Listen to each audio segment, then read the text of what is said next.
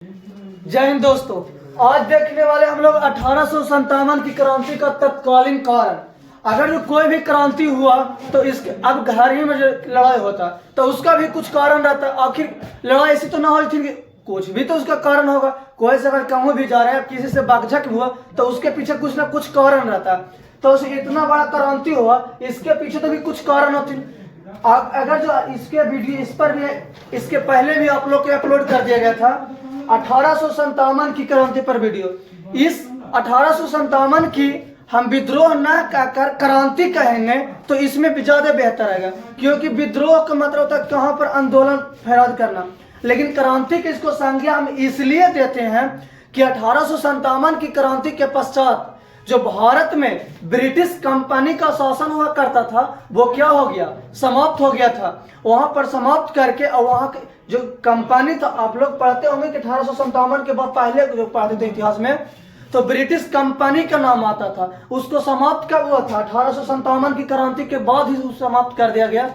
क्योंकि जिस तरह से भारत में एक जियो का कंपनी है जिसको एक निजी व्यक्ति मुकेश अंबानी के हाथ में, उसी प्रकार से ब्रिटेन में एक जो कंपनी हुआ करता था वही आया था व्यापार करने के लिए और वो अपना मनमानी कर रहे थे। लेकिन इस विद्रोह के कारण, इस क्रांति के फलस्वरूप वहां की सरकार ने यहाँ की सत्ता को अपने हाथ में लिया और कंपनी के शासन को समाप्त कर दिए गए थे। यानी काफी बहुत बदलाव हुआ था, जिस कारण 1857 का विद्रोह न कहकर 1857 की क्रांति कहना ही हम लोगों की ज्यादा उचित की होगा।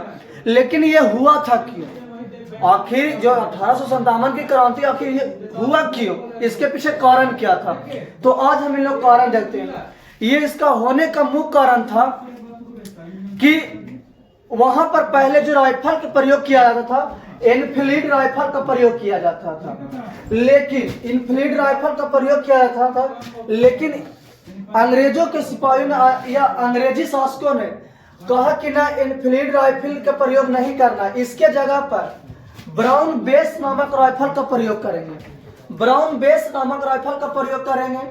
लेकिन इससे कोई दिक्कत नहीं, आप कीजिए, अच्छी बात है। अगर जो छोटकी सामान है उसके ऊपर बड़ा सामान आए तो और कौन दिक्कत है, तो और अच्छी बात है।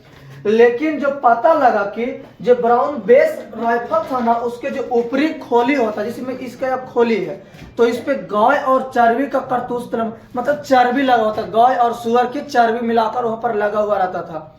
अभी किया क्यों अंग्रेज? ऐसा क्यों करना चाहता था भाई? ऐसा इसलिए करना चाहता था कि अंग्रेज लोग जानते थे कि यहाँ के जो सिपाही जो हम लोग भर्ती किए उसमें भारत के सिपाहियों का अनुपात 5:1 था। यानी इसको हम ये कह सकते हैं कि 1857 की क्रांति के समय जो अंग्रेजों के दौरान जो सिपाही और सेना में भर्ती थे उसमें सिपाहियों का अनुपात कितना था? तो 5:1। इसका मतलब क्या हुआ? इसका मतलब एक गो अंग्रेजी सेना था तो उस पर 5 गो हिंदुस्तानी था। यानी जिस कारण से भी विद्रोह किया है काफी तगड़ा हुआ, कह सकते कि तगड़ा हुआ था। लेकिन वो चाहते थे कि अगर जो हम लोग देखते हैं कि हिंदू धर्म में गाय को सबसे ज्यादा मान्यता देते हैं, गाय को बहुत माता कहते, गौ माता मानते हैं। उसी प्रकार से मुस्लिम धर्म में भी सुअर को काफी उच्च तरीका से देखा जाता है। लेकिन अंग्रेज लोग चाहते थे ना कि इन दोनों को मिलाकर दोनों को धर्म को क्या कर दे, नष्ट कर दे। और नष्ट कर ना अंग्रेज बनाना चाहते थे कुछ ईसाई। वो चाहते थे कि सब लोग ईसाई बने। लेकिन ये बात जो थे मंगल पांडे को पता लग गया। वही मंगल पांडे जो थे जो जिनका 34वें NI के सिपाही थे। मंगल पांडे 34वें NI के सिपाही थे, जो इनको पता लग गया ये बात। और ब्राह्मण तो इसमें जानवे करते दोस्त की सबसे आगे रहते हैं। जब उनको पता लगा तो उन्होंने इस राइफल को अपना प्रयोग में लाने, प्रशिक्षण में लाने से इनकार कर दिए। इस राइफल का चलाने का जो प्रशिक्षण दिया जा रहा था बंगाल के दमदम में, पंजाब के अंबाला में और पाकिस्तान के सियालकोट में इसको चलाने के लिए प्रशिक्षण दिया जा रहा था। मतलब किस तरह से चलाना है, जो इसको लेकर प्रशिक्षण किया जा रहा था। एक क्वेश्चन आप लोग याद रखेगा दोस्तों, कई एक बार बिहार के SI में पूछा गया क्वेश्चन है, सेट में बिहार SI को मारिएगा तो संभवतः पता लगेगा कि 1857 की क्रांति के दौरान एनफील्ड राइफल की जगह ब्राउन बेस नामक राइफल को शामिल कब किया गया था? तो दिसंबर 1856 ईस्वी में, दिसंबर 1856 ईस्वी में शामिल किया गया था। लेकिन अब आते हैं फिर पुनः अपने टॉपिक पर आते हैं दोस्तों। तो मंगल पांडे ने इस राइफल को चलाने से क्या कर दिए? इनकार कर दिए। लेकिन क्या है, अंग्रेजी सेना जो थे, जिसे में जनरल ह्यूरसन और जनरल बाग, ये दोनों ने उन्हें काफी दबाव डाले कि आप इसको प्रयोग में लाइए, लेकिन वो लाने से इनकार कर दिए। अब लेकिन किसी भी व्यक्ति को अगर ज्यादा टॉर्चर कीजिएगा तो वे क्या कर सकते हैं? जिस कारण नहीं लाने पर अंग्रेजों के द्वारा काफी दबाव पड़ने लगा। उसी दौरान 29 मार्च 1856 ईस्वी को जनरल ह्यूरसन और जनरल बाग को मंगल पांडे ने गोली मारकर हत्या कर दी। जब काफी दबाव पड़ने लगा तो क्या मंगल पांडे ने सोचे कि अब तो किसी का धर्म तो मेरा नष्ट हो ही गया।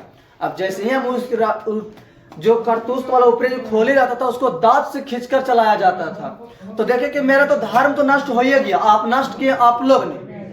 तो जिस कारण से 29 मार्च 1856 ईस्वी को मंगल पांडे ने जनरल ह्यूरसन और जनरल बाग को गोली मारकर हत्या कर दी। लेकिन क्या है, उस समय शासन ब्रिटिश के शासन था, उसकी सरकार थी, जो चाहता वो करते। जिस कारण से मंगल पांडे को 8 अप्रैल 1856 ईस्वी को फांसी पर चढ़ा दिया गया। यानी इससे हमको ये भी पता लगता है कि वह भारत को वैसा सेना जो 1857 की क्रांति होने से पहले ही शहीद हो गए थे, तो वे थे मंगल पांडे। क्योंकि मंगल पांडे को 8 अप्रैल 1856 ईस्वी को ही फांसी पर लटका दिया गया था। लेकिन भारत में संपूर्ण रूप से जो कहा गया दोस्तों कि 1857 की क्रांति की शुरुआत हुआ था वो 10 मई से हुआ था।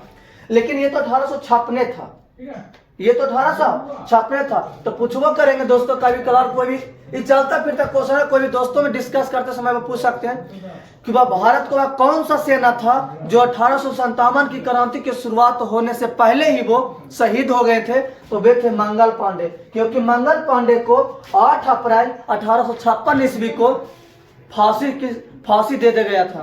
ये थी इनके तत्कालीन कारण, ये थी इसकी तत्कालीन कारण, 1857 की तत्कालीन कारण। नेक्स्ट वीडियो में देखेंगे इसके आर्थिक कारण, राजनीतिक कारण, इसका परिणाम क्या हो जाए, इन चीजों पर भी आप लोग को छोटा छोटा वीडियो बना के मेरे चैनल पर देखने को मिलेगा। अगर दोस्तों आप लोग को अच्छा लगेगा तो लाइक कर दिया, ना अच्छा लगेगा तो छोड़कर चल जाएगा। कोई जरूरी बात नहीं है कि आप लाइक कीजिए, शेयर कीजिए। अच्छा लगे तो आप देखिए, ना अच्छा लगे तो मत देखिए। लेकिन जो भी इसमें बताया जाता है आप एक बार की कहीं से भी सर्च करके दिखा दीजिएगा, गलत एक भी शब्द नहीं रहेगा। जिसके लिए आप जाते हैं बड़े बड़े कोचिंगों में पढ़ने के लिए, आप एक दिन उसी के असाइनमेंट से मिलाकर देख लीजिएगा। एक गलती रहेगा तो फिर हम वीडियो बनाना छोड़ देंगे। फिर मिलते हैं नेक्स्ट वीडियो में। जय हिंद।